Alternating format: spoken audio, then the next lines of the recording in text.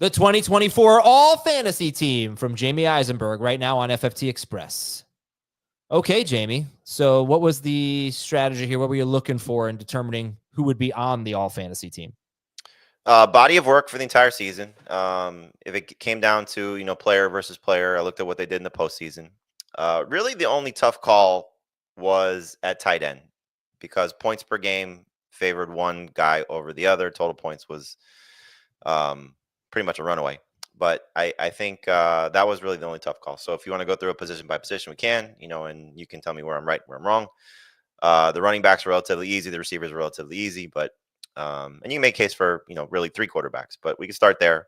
So Lamar Jackson is the all first team. And I did three teams. So, honored several players. And there was some tough calls all throughout. And the story will be on the site, hopefully by the end of the day, Monday. Lamar Jackson was the first team quarterback. Again, you can make a case for Burrow. You can make a case for Allen. All three of them were exceptional. I think all three should be MVP candidates in the NFL. Unfortunately, Burrow will not get that in the top three probably, but he had one of 3 seasons of over 4,000 yards, over 40 touchdowns, fewer than 10 interceptions. The other 2 guys who did that were Brady in 2007, Aaron Rodgers in 2011. They were both MVPs. So pretty remarkable what Joe Burrow did. Obviously, Josh Allen was fantastic, led all quarterbacks in rushing touchdowns, and Lamar Jackson led all quarterbacks in points per game and led all quarterbacks in rushing yards. So just amazing seasons for all 3 of those guys. Yeah, and you're wrong right out of the gate.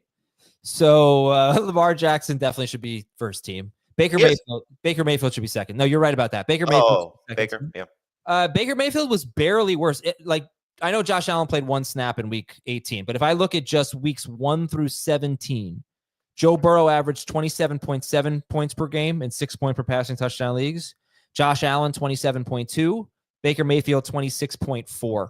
So he's basically a point worse per game than Burrow and Allen. And as a waiver wire pickup, to me, he'd be second team guy.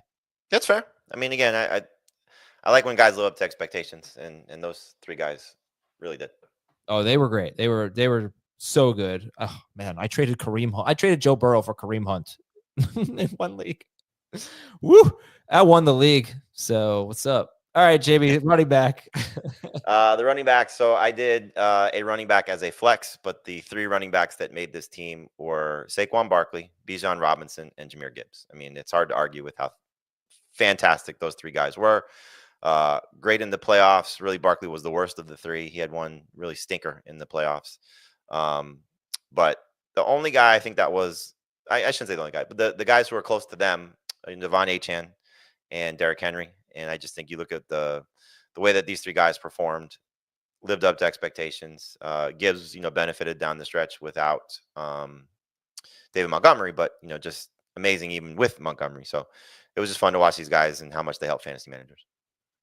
Yeah, I can't think of any dispute there. I feel like maybe you could say like Chase Brown, just kind of taking a different approach to it. But because you're looking for value picks here. But if Kamara hadn't gotten hurt down the stretch, maybe he would have been on there. But yeah, Barkley. Both of those guys make the other teams. Chase Brown from week 4 on averaged over 18 PPR points per game, so he was amazing. Unfortunately, the last 2 games of the season, 13.1 and 13.2. So in the playoffs, he wasn't as dominant as he had been, which lowered his numbers. I'm sorry, who'd you say? Chase Brown? Who else? Kamara.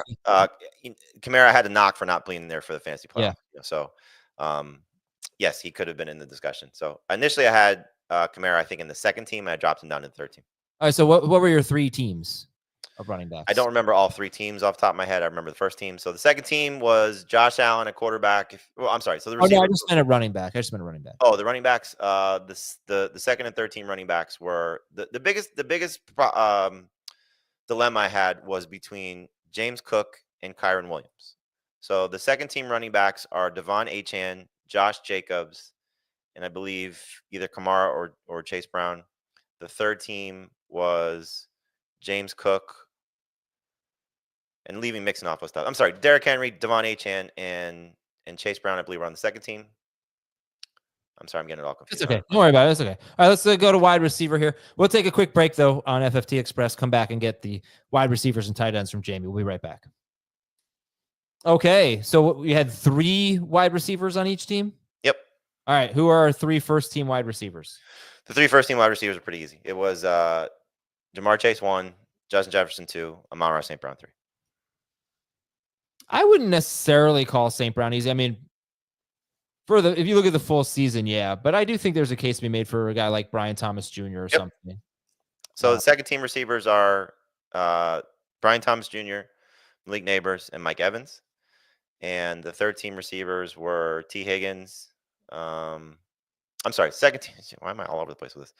The second-team receivers were Puka Nacua, Puka Nacua, or Mason Nakua's on the third team. I don't remember. I'm sorry, I'm all screwed up with this. I thought we were talking about the first team, so that's the only one I. No, then just talk about the first team. That's totally fine. So you can make a case for Puka. You can make a case for Thomas. You can make a case for Neighbors. You make a case for Mike Evans, the way he finished the season too.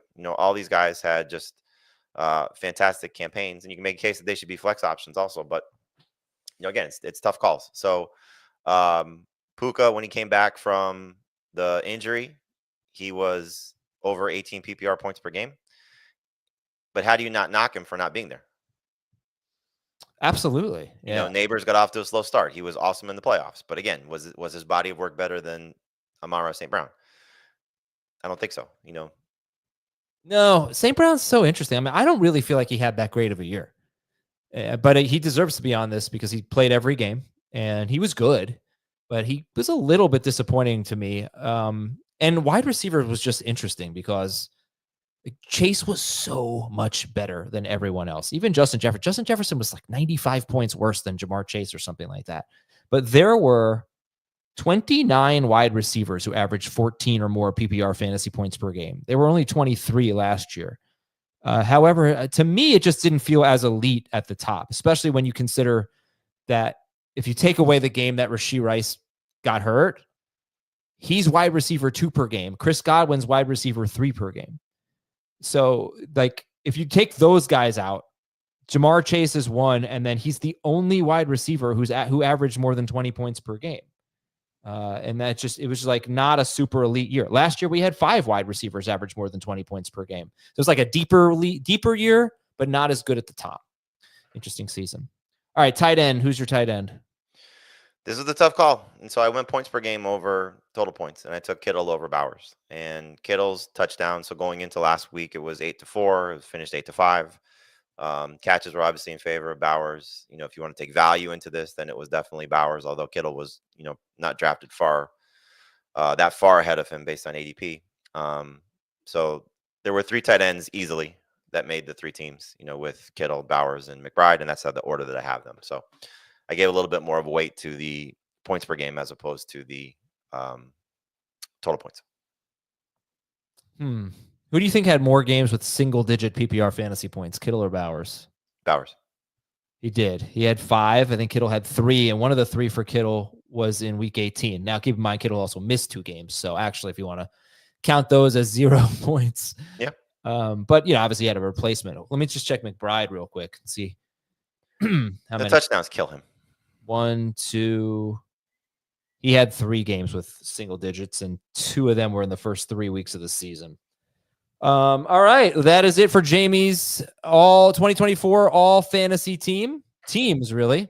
And I want to thank everybody for watching and listening. We'll talk to you on Wednesday on Fantasy Football Today Express.